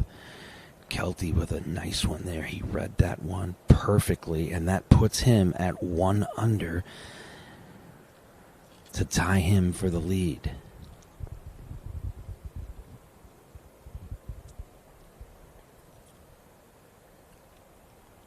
DiLorenzo has this. You saw his attempt at birdie E earlier. He was off the fringe. He landed it right next to the hole, but it spun off, and this pin position sits on the top of a plateau. Uphill putt moving from left to right. DiLorenzo for par. Yep, got it. He stays safe, and everybody tied up right now at 1 under. DiLorenzo, Shropshire, Cron, and now Luke Kelty. Let's go back to Steve. And Shropshire's got a putt right now to take that lead. Jump right ahead. A beautiful approach shot here just above the hole at the 6th. Oh, and that one's just going to slide by for the very confident Spencer Shropshire. And that'll be a tap-in par. They'll head over to that short par 3, 7th.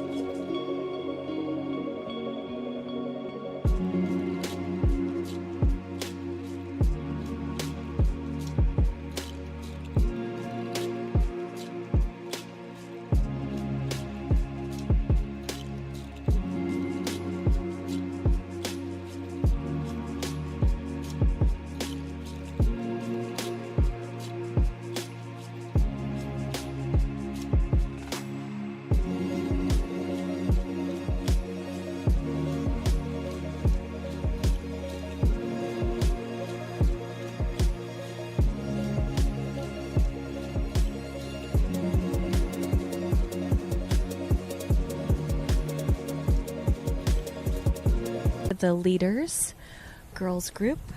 It's playing 100. The leaders girls group. It's playing 125 yards today. This hole is a really tricky one to access. It's 33 on and 4 from the right. The players had a similar hole location on round 1 that was on this right side, back right side, but this one I believe is actually even trickier than that first round. This is on a small shelf here that's going to be pretty tough to get close, but Sophia Dyer and Asterisk Tally have just been firing at pins today, and they've been really, really successful. So let's see what Sophia Dyer can do here. Again, really decisive player, no practice swings. Didn't look like she loved that one as much. She's just in the middle of the green here. Uphill 2-putt, probably 45 feet or so.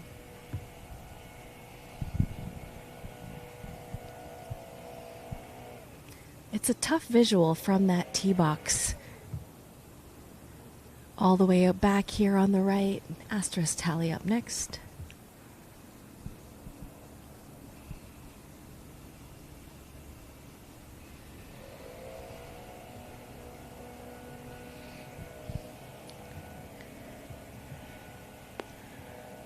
Good safe shot here for Asterisk.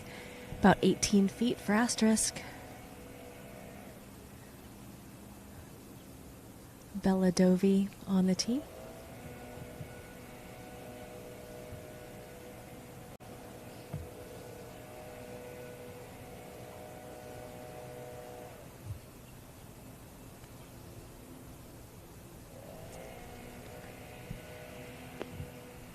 Bella took that middle line, just rolled off the edge of the green here onto the fringe, but easy to putt up this uphill putts for each of them. Again, a challenging shelf to access for these players. I think putting will be at a premium here, as most people are really just trying to hit it safely on in the middle.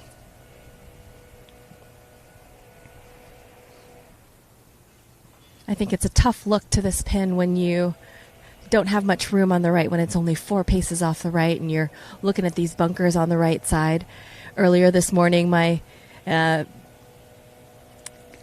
colleagues over there were talking about how tough this bunker shot was from the right side of the green, and none of those girls went in that I've seen so far, so everybody's playing this hole a little smarter, a little wiser than a couple days ago. Wind is not a factor today. You can see the flag not moving at all. Usually this hole felt pretty exposed to the wind.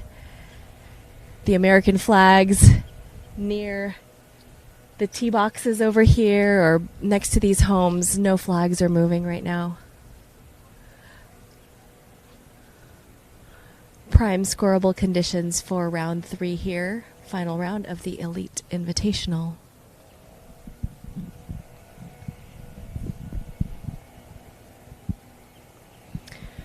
Let's head over to Steve on 7 with the boys.